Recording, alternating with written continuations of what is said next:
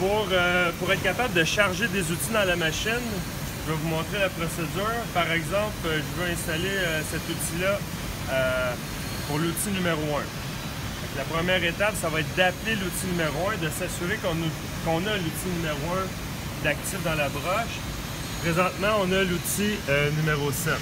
Dans la page position, on voit que dans la tête, le tool, c'est le numéro 7. Fait qu'on va appeler le numéro 1. On va fermer les portes.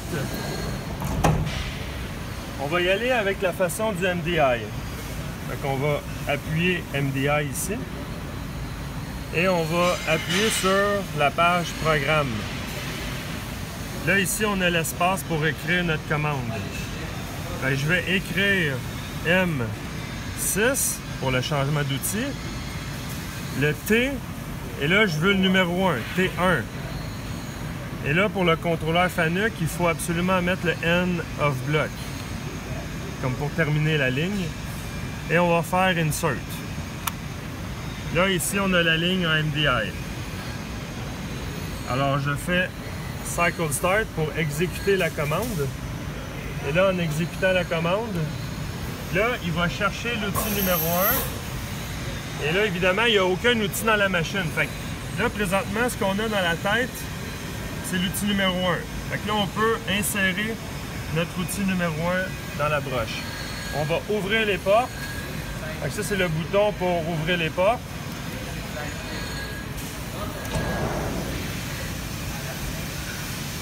Pour pouvoir mettre l'outil, il faut être en mode manuel. C'est soit le bouton jog ou le bouton handle, peu importe lequel qu'on choisit. On se met en mode manuel. On va appuyer pour environ 2-3 secondes. Là, c'est comme si le spindle il est ouvert. On va pouvoir insérer notre outil. Et faire attention, l'outil, il va rentrer seulement dans un sens. Comme ça ici, il est rentré à l'intérieur des tenons. Si je le mets de l'autre côté, il ne rentre pas. Fait qu'il faut vraiment le mettre du bon côté. Et ensuite, on rappuie une fois sur le bouton. Là, l'outil est fixé. Si je veux, par exemple, j'ai un deuxième outil. J'ai un deuxième outil que je veux mettre dans l'outil numéro 2. Je vais vous montrer une autre façon d'appeler l'outil. Je vais fermer les portes. Au lieu d'aller en MDI, on peut aller, l'option, ça s'appelle GUI, c'est le GUI. Et là, ici, il va avoir une option qui s'appelle Tool Change. Fait qu'on appuie sur le bouton juste en dessous ici. Puis là, tout ce qu'on a à écrire, c'est le numéro de l'outil qu'on veut. Par exemple, 2. Le 2, il apparaît ici. On va faire Input.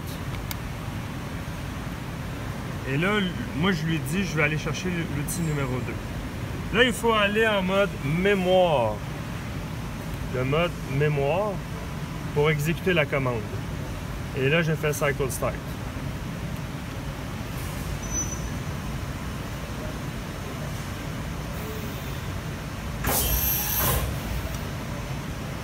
Là, je peux ouvrir les portes.